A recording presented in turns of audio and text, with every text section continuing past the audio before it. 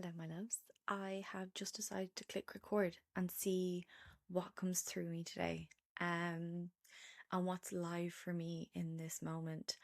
And you know what's really live is the deep reverence I have for being a woman. And I'm aware that as a woman, we are in a world. I mean, it's much better now than it was. Obviously, it's still not ideal, but we're in a world where we're in various countries, in cultures, in different places, we are still seen as maybe second class citizens. Um, and I know like these are still issues that are showing in the world. However, there is also a massive part of me that has learned to have deep reverence for being a woman in this world at this time.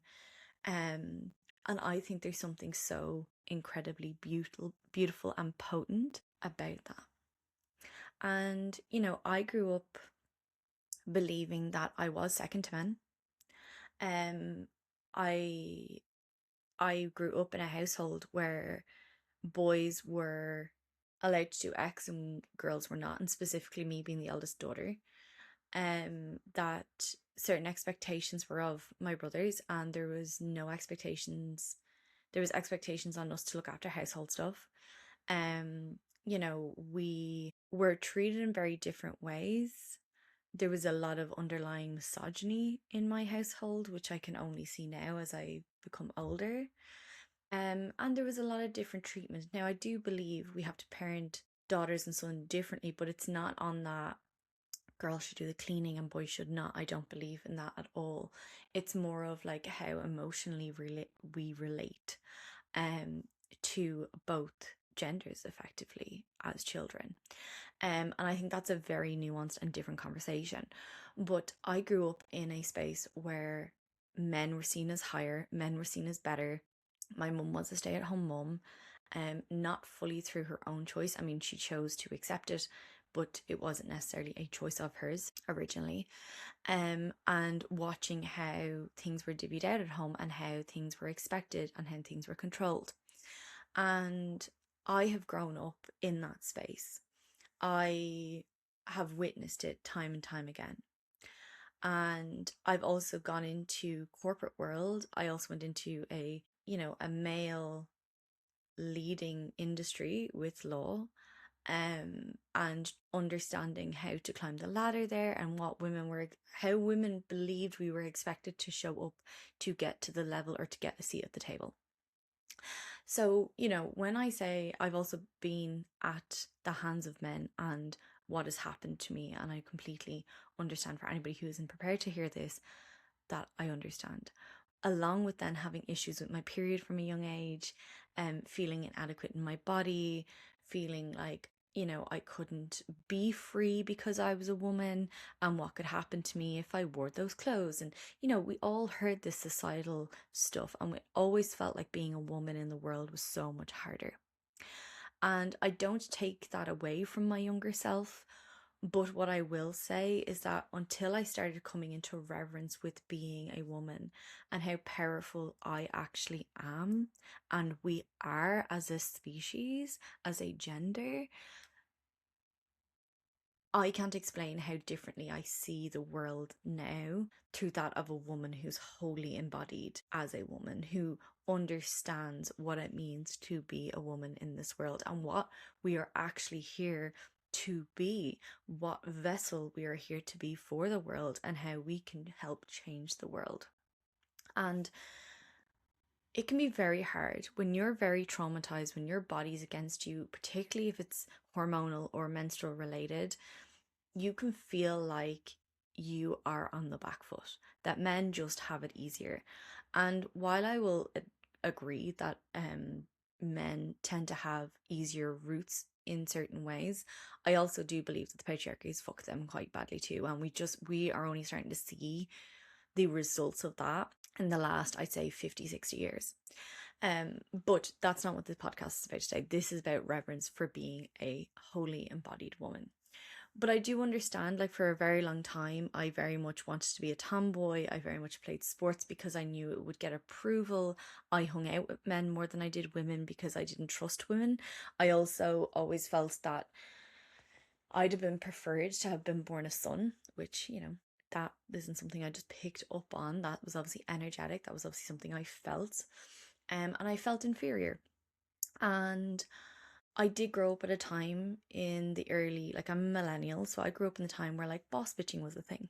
And being a hard bitch and being cold and being, this type of woman almost so deeply in her masculine that men feared. Because we have been taught that the only way to have men not hurt us is have them fear us, which I again wholly disagree with. Although maybe a little bit fear at magic and curses might not go amiss, voodoo dolls and all. But here we are. But what I'm trying to get at is like I've been there, right? I've been at those depths where I have hated men for how I felt, how easy they had it. I hated being a woman because I had a period every month and it was expensive. I also had a lot of pain with mine. I hated women because I felt like they were just bitchy and manipulative. And I wasn't wrong in certain circumstances and certain circles, but I did not have a reverence for women because the world had no reverence for women. Like, I was brought up Catholic, and for the life of me, since I was a little girl, I couldn't understand why women were deemed a certain way. And I understand it now because my thing is the depth in which they had to go to suppress us and make us subservient and submissive, which, to be fair, women have never fully done, is the depth in which we are powerful. Okay, so the depth in which they have had to try to submit us is the depth in which we are powerful.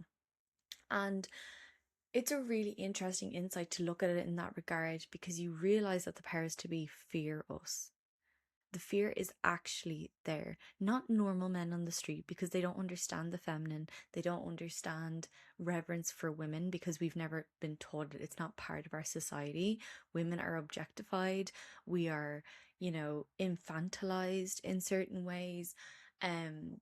We are constantly targeted by marketing, which I think is one of the biggest brainwashing ways to keep women from accessing their power, right? It's $1 billion industry. I mean, don't even start me on the wellness community. And I know I'm into wellness and all of those bits and pieces, and I'm here to help women and I sell courses, but there's a vast difference between my intention and my integrity and the wellness world and what actually it's doing for women long term.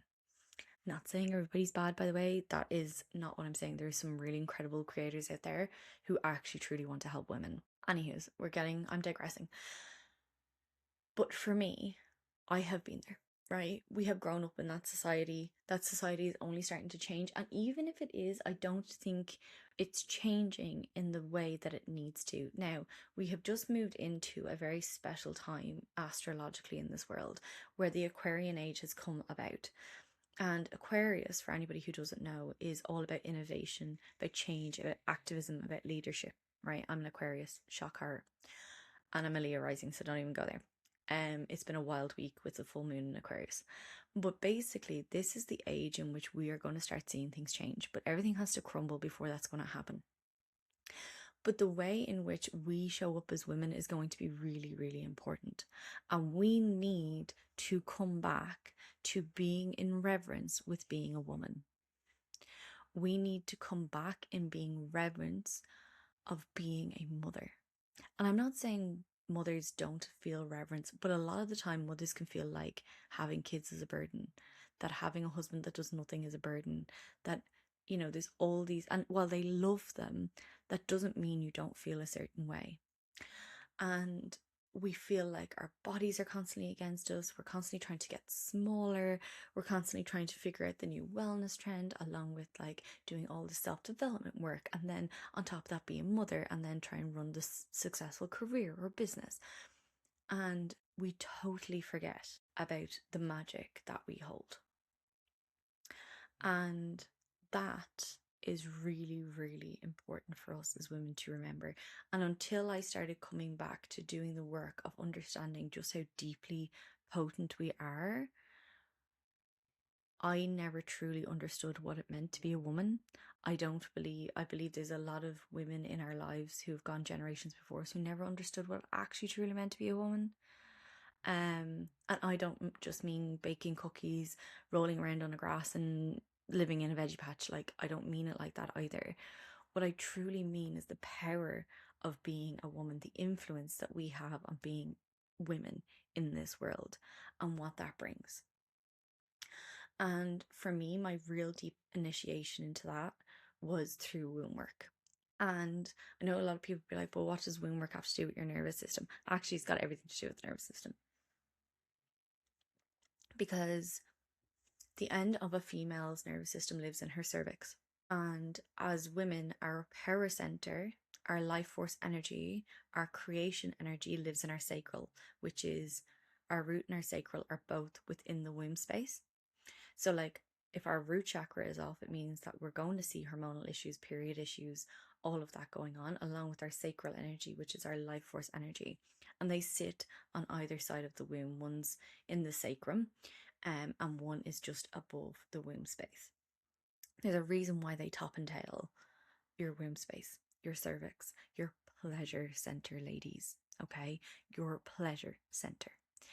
And when I first got into womb work, I was guided there through my endo journey and wanting to understand how I could help my body heal and understand, like, I had always been like, there's something so much deeper than women being second class citizens.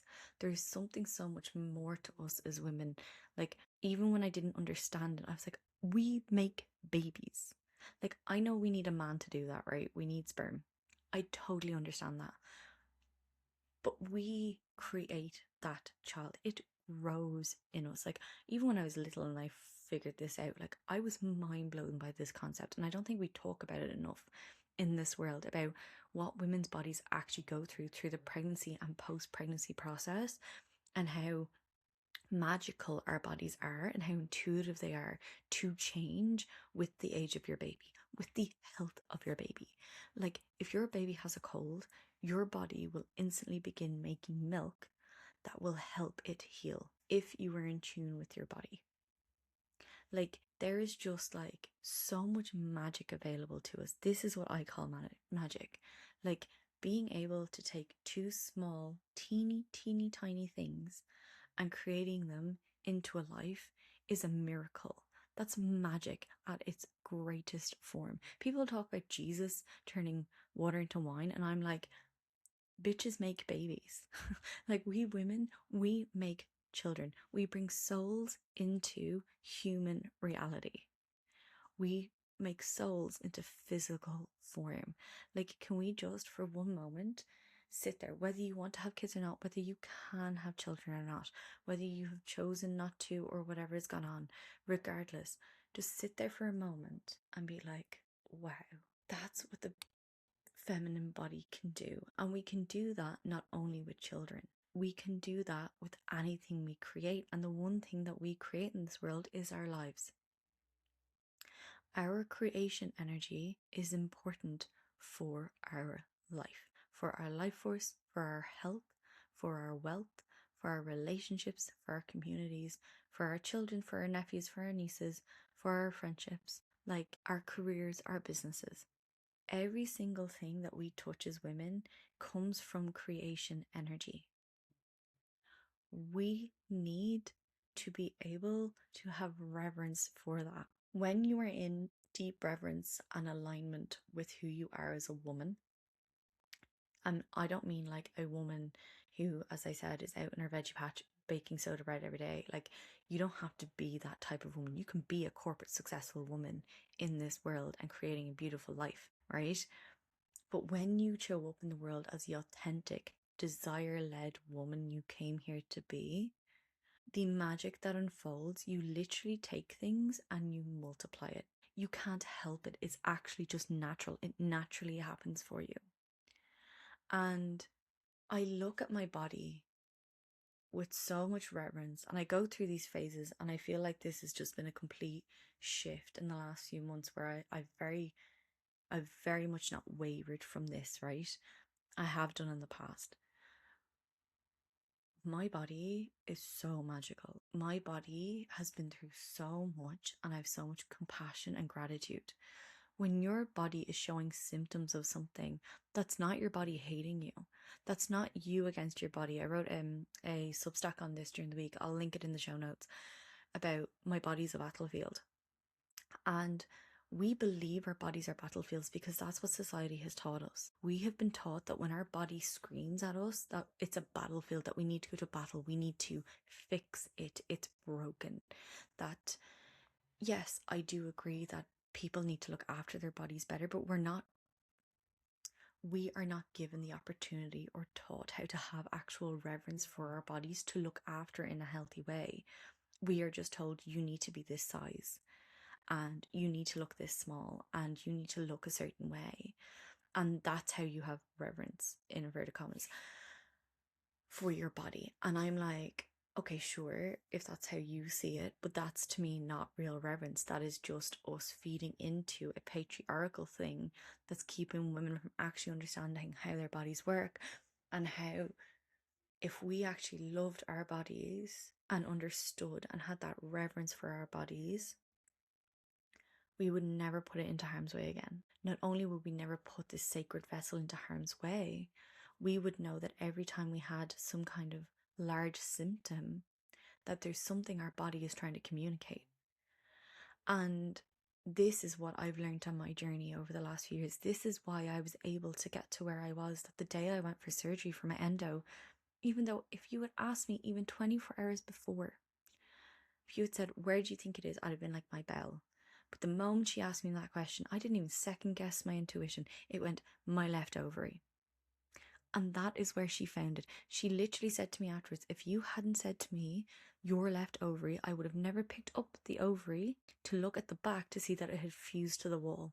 We would have missed that if you hadn't have just gone with your intuition. I am not special. I need to really, really hone this. I mean, I've done a lot of work, and I'm very trusting in myself. It's only getting deeper and deeper in the last few months. But I am not special. This is something anyone can do. I believe everybody is some form of psychic medium. I believe every woman is intuitive. We have to be. And when somebody says to me, oh, I'm not intuitive, and particularly if they're a mother, I'm like, okay, you're not intuitive. Let's sit with that. When your baby makes a certain cry, can you tell the difference between the cry and what they need? And most mothers, if not all mothers, will say yes. You are intuitive because your baby's emitting energy and your body is trusting what it feels, and it is allowing, based on the energy the baby is giving off, you are interpreting that intuitively to be able to provide for your child. When your child is of an age where they can't properly speak, but you know by them that there's something going on, you know the moment they wake up that they're sick. Like, I also know mothers who can literally tell when their children's hormones have kicked in. Like, that's intuition, babes. Like, that's what that is. That weird feeling you get when you're sitting in a room and you feel like somebody's watching you but nobody is, but your body's screaming at you to get the fuck out, and you don't, and something happens and you're like, that was my intuition. Like, we are so magical as women, and we've so much depth and so much magic within the body that we have been taught and steered away from. For what reason? Ask that question. Why don't we know this? Why was this level of magic and information passed down? When did it stop, and why did it stop? Because it wanted to keep us oppressed. It wanted us to keep us from realizing how magical we are, and that at the end of the day, they need us. We also need men. I mean, I know a lot of people hate that shit, but like, we do. We actually do. We need men in the world. There's a reason for that, but I'm not talking about them today. I'm talking about women. As I have come back to my own body and had deep compassion for what my body has been through and what my body was telling me, and understanding why my body went into the chronic illness that it went into, and allowing that chronic illness to guide me through rather than avoiding it and trying to fix it, allowing it to guide me through what was coming up for me and what I needed to heal within myself, to then get to the point where I am now like, my body is magical. And yes, I am still going to work out, and I'm still going to eat correctly, and I'm still going to watch certain bits and pieces. But I also have a deep innate trust in my body that it's going to be okay, that it's going to continue to tell me when everything's okay, that I will continue to get the nudge. Like, I am so deeply magical. We, as a female collective, are so magical. And it's an experience that men will never have. It's an experience that they will never get. They have a different experience. Again, this is not about them, and I will not be going into that right now. They do have their own experiences. They have their own trauma. They have their own wounding. And they have their own magic, right? I will say that. But in this moment as a woman, we are so deeply magical. And if you are triggered by this idea, and you are triggered by the fact there is something deeply innate programmed in you by society at large around your power, around whether or not you should reach for your power and pull it fucking back in. And this doesn't mean that as women we need to come together and have power over, because power over is what has destroyed this world. No, no, no. We need to have power with. We need to understand that our power is not something to be abused by us or anyone else. This is a power that can heal. This is a power that can change the world. It can birth an idea into creation and give us the energy to continue with that creation. Give us the resources to see that creation, that our purpose, our life's work through. We have that. That's ours. Like, when you feel into how magical we are as women, we were medicine women. We were connected to realms and we were connected to the earth. I think, I love the idea of speaking about different realms and stuff, but I feel like, unfortunately, so many people are so deeply into wanting to go to other realms that we forget about the earth that we have here, that we need to help, that we need to show up for. And our voices are important. A woman in full alignment in who she is has the most powerful voice in the room, whether she's screaming or whispering. A woman who is in full alignment is so magnetic and so insatiable, and not just in a sexual way, although it comes from our sexuality and our magnetism. A woman who is so deeply in alignment with herself is so magnetic that people want to listen to her. She becomes a natural leader by just being who she is, just being her authentic self, because being your authentic self heals. But that has to come with doing the work. And you might be listening to this podcast being like, oh my God, I am so powerful. I am this, I am that. But as much as yes, have that reverence, because that's what's going to drive you forward. Can you have that reverence all the time? Can you have that reverence for your period? Can you have the reverence when your hormones are all out of whack? Can you have the reverence where your period was due on the full moon and has decided that she's missing? That you haven't been to the gym in a week because you have all the symptoms of her arriving, but she's not here. Can you still have reverence? Can you still have reverence when you've put a little bit of weight on that you didn't think you would? Can you have that piece of reverence when you wake up one morning and your body is sick? Can you have that reverence when maybe, unfortunately, you're looking to conceive and it's not happening for you? Can you have reverence even in that? Or you always saw your life with children and now that is something that you have to grieve that, but can you still have reverence? Can you, I've had a lot of trauma around my body. I've had a lot of trauma. I've had men take advantage. I have gone against every boundary my body has ever attempted to set for me. I've lived in stressful situations. I have pulled the rug out from under myself, let alone other people doing it. I have done so much and acted so hard against my body because I believed that it was a problem, because that's what I was told from a very young age and taught through society and cultural norms, that I went to battle with her constantly. And can you still have reverence for that part of you that thought you were doing the right thing because you were only doing what you were told? Can you have reverence for every aspect of yourself? Can you have reverence for the time that you, compassion and reverence for the time that you blew up at your other half, even though he had absolutely nothing to do with why you were mad? Or when you screamed at your kids because you were overwhelmed and touched out? Like, it's not just having reverence in the moment that your period arrives. It's not just having reverence in the moment that you've conceived and birthed a child into the world. Why was that sentence so hard? Can you have reverence in all of it, in all of the experience of being a woman growing up in today's society and growing up in today's world?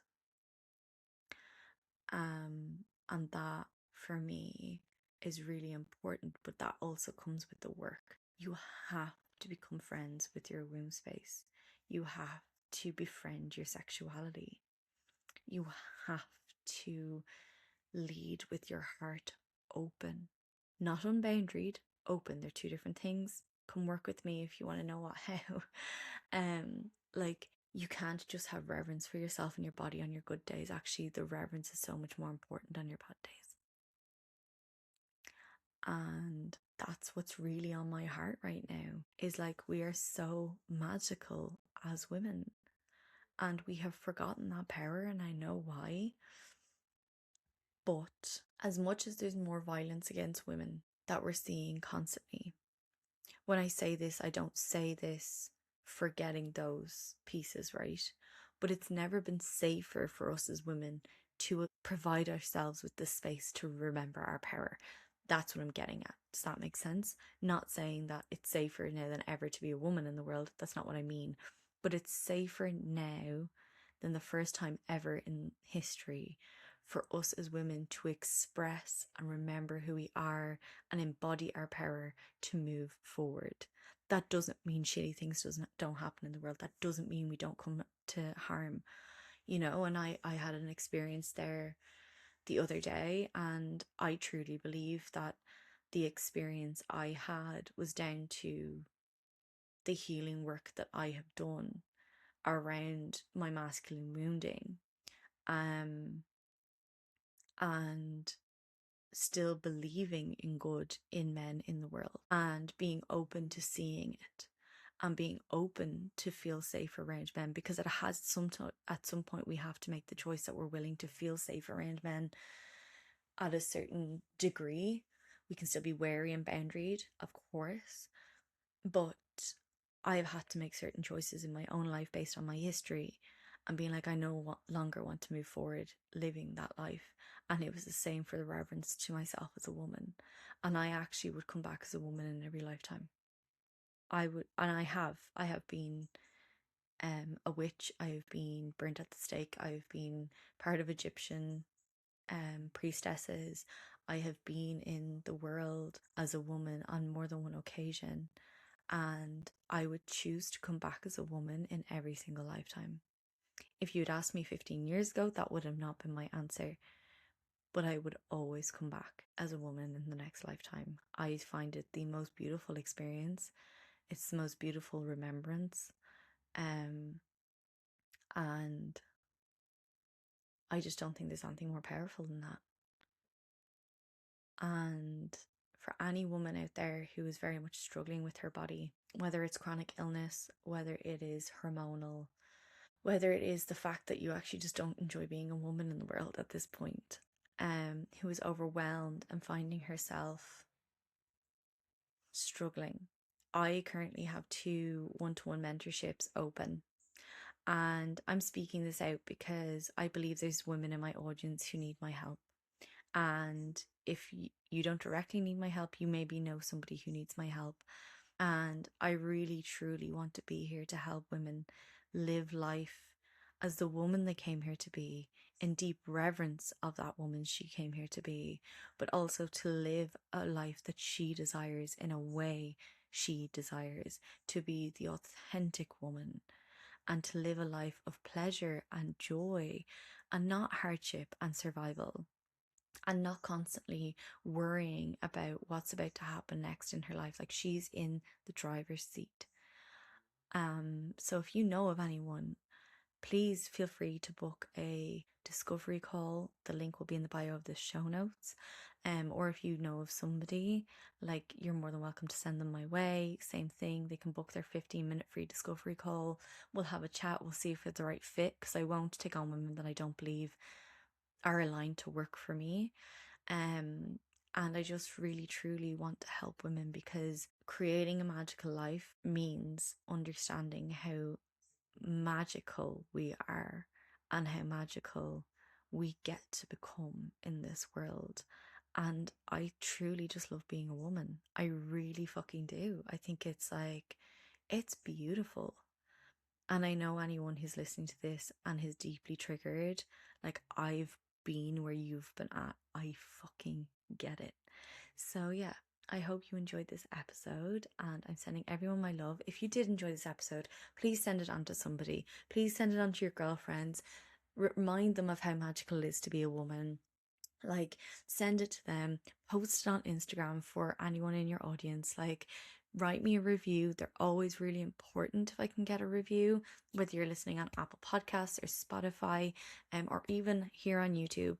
Whatever way you get your podcast, just please give me a comment, a like, a share, because it's important that we as women have more women in the world who see us for who we are and are here to fucking celebrate being a woman.